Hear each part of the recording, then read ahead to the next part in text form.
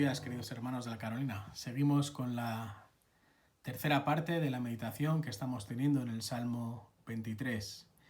Y es un salmo que es el más conocido, es el más memorizado, pero eso no debe ser óbice para que esta familiaridad nos haga perder la belleza de lo que encontramos en este salmo. Si recordáis, ya vimos la primera parte de este salmo en el cual David afirma que Dios es el pastor verdadero, que Dios es el pastor confiable, y nos dio dos razones. En los versículos del 1 al 3 vimos por sus obras, por quién es. Y ahora vamos a ver en los versículos del 4 al 5 la segunda razón, por su provisión, por lo que Él hace. Y fijaros lo que hace este pastor que es confiable. Mirad lo que dice el versículo 4. Aunque pase por el valle de sombra de muerte, no temeré mal alguno. Y fijaros ahora el énfasis. Porque tú estás conmigo. Tu vara y tu callado me infunden aliento. ¿Qué ha cambiado en este versículo 4 respecto al versículo 1 y 3? Volved a leer los versículos 1 al 3 y ahora leed el 4. ¿Cuál es la diferencia?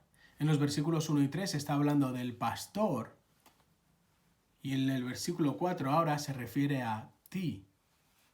Ahora directamente está hablando con ese pastor, está hablando con Dios. Y este es un cambio personal en el cual lo vemos sobre todo por estos énfasis repetidos. Tú estás conmigo, tu vara, tu callado. Y de esta manera David expresa su confianza total en este pastor. ¿Por qué puedo confiar en ti? Fijaros, porque tú estás conmigo. ¿Para qué? Para guiarme y para corregirme. Y esta confianza es la que hace que David pueda pasar por el valle de sombra de muerte. Una imagen que nos recuerda a muchas situaciones por las cuales podemos haber pasado en el futuro, podemos estar pasando en el presente o podremos pasar en un futuro. ¿Qué es el valle de sombra de muerte? Puede ser una enfermedad, nuestra o de nuestros seres queridos. Puede ser un peligro de muerte, como ocurría en el caso de David con la persecución literal que vivió y el peligro de muerte de su vida. Quizás hoy en España no estemos con esta realidad, pero quién sabe en un futuro. Hay muchos hermanos hoy, en mayo del 2020, en otros lugares del mundo que realmente pagan con su vida por su fe. El valle de sombra de muerte también puede ser la muerte de un ser querido, de un ser cercano, de un amigo. Y el valle de sombra de muerte es muy negro y muy profundo. El valle de sombra de muerte también puede ser el desempleo, la incertidumbre económica, la angustia, la incertidumbre laboral, cualquier situación. Sin embargo, David afirma, tú estás conmigo. Volved a leer, tú estás conmigo. No dice que puede que estés, no dice que estarás, no dice que existe una buena posibilidad de que estés, no dice que si te va bien estarás conmigo, sino que tú estás conmigo. En la cama del hospital, tú estás conmigo. Cuando tu vida corre peligro, tú estás conmigo. Cuando los míos están enfermos, tú estás conmigo. En el lecho de muerte, tú estás conmigo.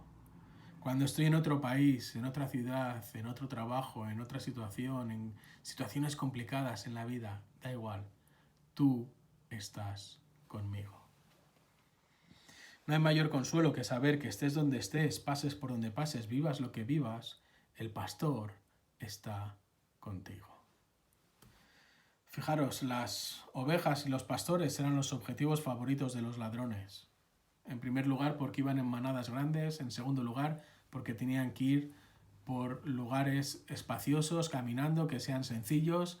En tercer lugar, no eran animales especialmente veloces, no podían correr, por eso eran la presa favorita. aunque andes por el medio del mayor descampado a la velocidad más lenta del mundo y seas la presa más fácil del mundo, tú estás conmigo. Y David sabe, y David afirma que él le va a defender, que este pastor le va a defender como le ha defendido en el pasado. Y lo que vemos es cómo está realmente utilizando dos herramientas para ello. La primera es la vara y la segunda es el cayado. La vara era un palo grande, un garrote que se utilizaba para defender a las ovejas de los ataques de otros animales. Venía un lobo, venía un león, venía un oso, con ese garrote, con ese basto, se solía golpear a esos ladrones o incluso también a esos animales fieros. Pero la segunda herramienta que utiliza es el cayado.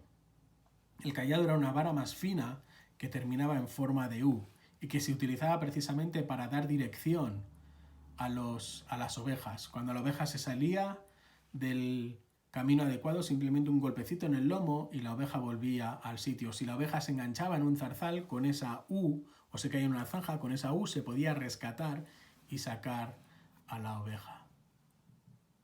Tú estás conmigo siempre para defenderme y para guiarme. Esto es lo que hace el pastor. Pero hay más, fijaros, versículo 5. Tú preparas mesa delante de mí en presencia de mis enemigos, has ungido con aceite mi cabeza, mi copa está rebosando. Es decir, no simplemente estás conmigo, me guías y me corriges, sino que además eres todopoderoso y me bendices.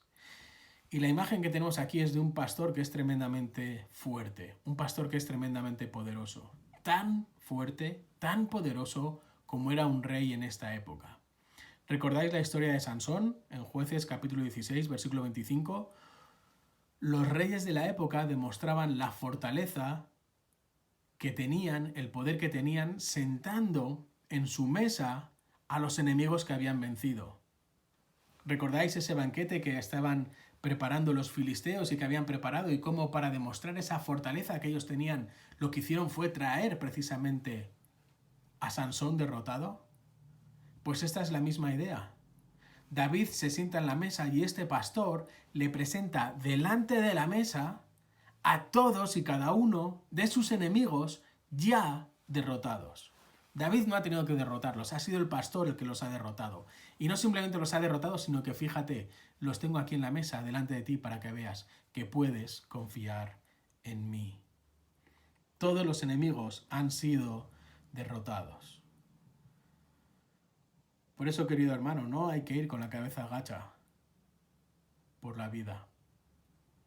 No hay que ser acomplejado. ¿Por qué? Porque el pastor está contigo. Cualquier situación puedes afrontarla con el pastor. No significa que todas las situaciones sean fáciles.